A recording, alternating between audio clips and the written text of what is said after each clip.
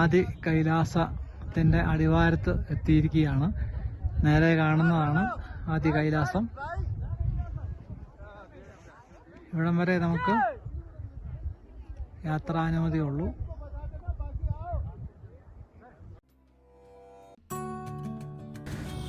ഉത്തരാഖണ്ഡിലെ കുമയോൺ മേഖലയിൽ പിത്തോഗാർഗ് ജില്ലയിലാണ് ആദി കൈലാസ പർവ്വതം സ്ഥിതി ചെയ്യുന്നത്. ടിബറ്റിൻ്റെയും ചൈനയുടെയും അതിർത്തിയാണിത്.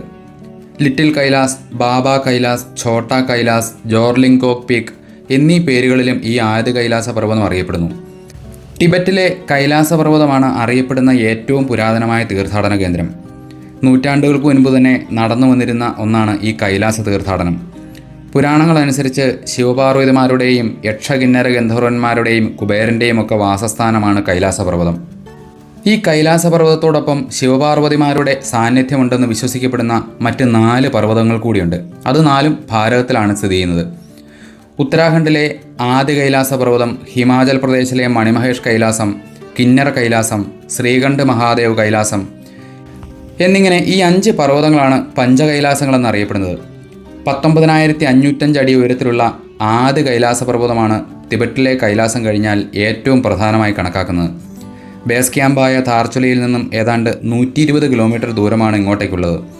ന്യൂഡൽഹിയിൽ നിന്നും കാത്തുഗോഡത്തെത്തി അവിടെ നിന്നും ധാർചുല വഴി ആദി കൈലാസത്തിൻ്റെ ബേസ് ക്യാമ്പിലേക്ക് എത്താം. ഈ യാത്രയ്ക്ക് ഒരു ഇന്നർ ലൈൻ പെർമിറ്റും ആവശ്യമാണ്. ഓൺലൈനായോ അല്ലെങ്കിൽ ധാർചുലയിലോ പിത്തോഗാർഹിലോ ഉള്ള SDM ഓഫീസുകളിൽ നിന്നും ഈ പെർമിറ്റ് എടുക്കാം.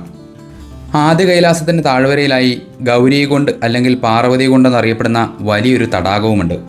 ഇതിൽ നിന്നാണ് പാർവതി നദി അല്ലെങ്കിൽ കാളി നദി ഉത്ഭവിച്ചു വരുന്നതും. ഈ തടാകത്തിൻ്റെ മുകളിലായി പാർവതി ദേവിയുടെ ഒരു കൊച്ചു ക്ഷേത്രവുമുണ്ട്. മുൻ ശബരിമല മേൽശാന്തിയും വൈക്കം സ്വദേശിയും കൂടിയായ ശ്രീ ഇടമന ദാമോദരൻ പോറ്റിയും സംഘവും അടുത്തിടെ നടത്തിയ ആദി കൈലാസ യാത്രയുടെ ദൃശ്യങ്ങളാണ് നമ്മളിപ്പോൾ കണ്ടുകൊണ്ടിരിക്കുന്നത്. പ്രിയപ്പെട്ട സുഹൃത്തുക്കളെ എല്ലാവരെയും കാണിക്കുന്നതിനായി അദ്ദേഹം അയച്ചു തന്നതാണ് ഈ ദൃശ്യങ്ങൾ. സാഹസികമായ അവരുടെ യാത്രക്കിടയിലെ കുറച്ച് ദൃശ്യങ്ങൾ കൂടി നമുക്ക് കാണാം. ആദി കൈലാസത്തിൻ്റെ അടിവാരത്ത് എത്തിയിരിക്കുകയാണ്. നേരെ കാണുന്നതാണ് ആദി കൈലാസം. ഇവിടം വരെ നമുക്ക് യാത്രാനുമതിയുള്ളൂ. പാർവതീകുണ്ട്, പാർവതി തടാകം, ഒരു ദീർഘദൂര വീക്ഷണം. തൊട്ടടുത്ത് കാണുന്ന ഉണ്ടോ വലിയൊരു മല, അതൊരു കിരീടം പോലെ കാണുന്നത്.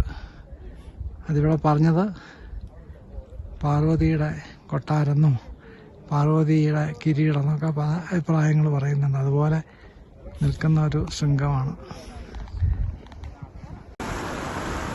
പാർവതീകുണ്ടിൽ നിന്നും ഒഴുകി വരുന്ന തീർത്ഥമാണ് നമ്മളിപ്പോൾ കാണുന്നത്. അതിങ്ങനെ ചെന്ന് നേരെ താഴോട്ട് വീഴുകയാണ്. ഇതിൻ്റെ പേരാണ് പാർവതി നദി എന്നാണ് പറയുന്നത്. കാളി നദി എന്നും പറയുന്നുണ്ട്.